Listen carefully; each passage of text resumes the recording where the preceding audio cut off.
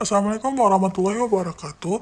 Perkenalkan, nama saya Mulia Azhari. Saya ingin mempresentasikan hasil PowerPoint saya yang dimana ada pun judul yang saya akan angkat yaitu model pengambilan keputusan. Nah, di sini saya akan menjelaskan bagaimana tentang model pengambilan keputusan, apa-apa saja yang termasuk dalam model keputusan. Baiklah, yang pada materi pertama, model pengambilan keputusan. Nah, model ini adalah percontohan yang mengandung unsur yang bersifat penyederhanaan untuk dapat ditiru. Model ini merupakan penyederhanaan menganalisis situasi atau sistem kompleks. Nah, dia juga merupakan suatu proses keturunan yang memerlukan penggangguan model secara cepat dan benar. Model ini terbagi empat, yaitu untuk mengetahui apakah hubungan yang bersifat tunggal, untuk memperjelas, untuk merumuskan hipotesis mengenai hakikat hubungan-hubungan antara variabel. Hubungan biasanya dinyatakan dalam bentuk matematika. Nah, yang terakhir ini adalah hubungan untuk memberikan pengelolaan terhadap pengambilan keputusan. Nah, jadi model pengambilan keputusan ini adalah unsur-unsur yang ada relevansinya terhadap masalah yang akan dipecahkan atau diselesaikan gitu. Selanjutnya kita masuk klasifikasi model pengambilan keputusan. Di sini sudah tertera tujuan, bidang penerapan, tingkat. Nah, adapun model perilaku pengambilan keputusan, model ekonomi, di mana keputusan orang itu rasional, yaitu berusaha mendapatkan keuntungan marginal sama dengan biaya marginal atau untuk memperoleh keuntungan maksimum. Model manusia administrasi, di mana lebih berprinsip orang tidak menginginkan maksimalisasi tetapi cukup keuntungan yang memuaskan. Model manusia, di mana perubahan merupakan nilai untuk utama sehingga orang selalu bergerak bebas mengambil keputusan. Model manusia, di mana model ini lebih mengedepankan sifat setia dan penuh kerjasama dalam pengambilan keputusan. Model pengusaha baru menekankan pada sifat kompetitif, di mana model sosial menentukan atau tidak mengambil keputusan diliputi perasaan emosional dan situasi di bawah sadar. Model preskriptif dan deskriptif. Visser mengemukakan bahwa pada hakikatnya terdapat dua model pengambilan keputusan, yaitu model preskriptif, di mana model ini menerangkan bagaimana kelompok seharusnya mengambil keputusan. Dan model yang kedua menerangkan bagaimana kelompok mengambil keputusan tertentu.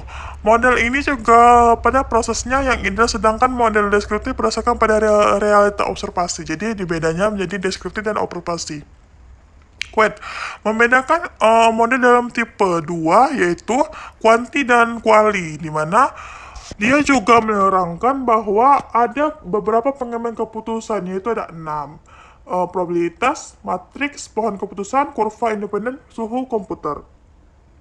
Model pengambilan keputusan Robert Spitz membedakan ada 6, yaitu model matematika, simulasi komputer, permainan operasional, verbal, dan fisik. Jadi itu menurut Robert dan Spitz ya. Ada terbagi 6. Ada 5 macam model pengambilan keputusan, yang dimana model rasional, model rasional terbatas, skala yang sampah, transenden, dan intuitif.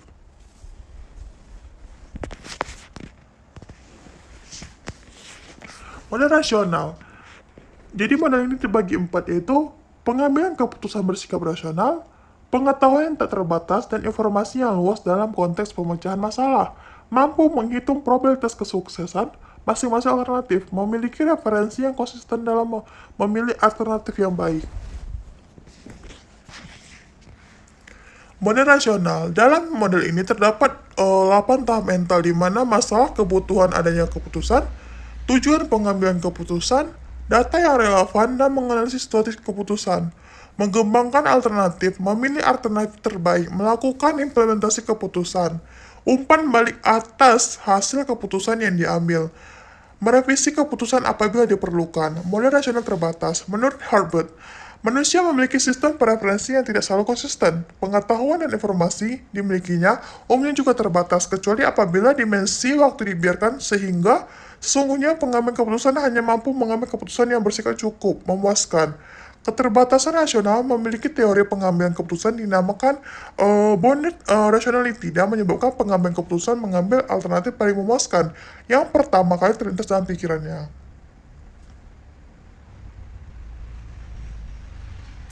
Model kaleng sampah. Model ini tidak ada hubungannya dengan keteraturan di antara masalah yang terjadi Solusi yang ada pelaku alternatif namun menjelaskan bahwa pengambilan keputusan dalam sebuah perusahaan bersifat acak atau random. Model transenden, di mana tidak pernah ditemukan dalam preferensi pengambilan keputusan yang pernah ada, mengandung arti di luar sistem yang dibicarakan. Model ini berbeda dengan model kaleng sampah.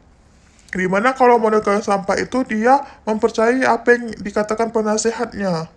Nah, sedangkan Transcendent dia mengembangkan alternatif keterbatasan dirinya, menyerahkan keputusan atau alternatif yang ada kepada supernatural yang lebih tinggi yaitu Allah Subhanahu wa taala.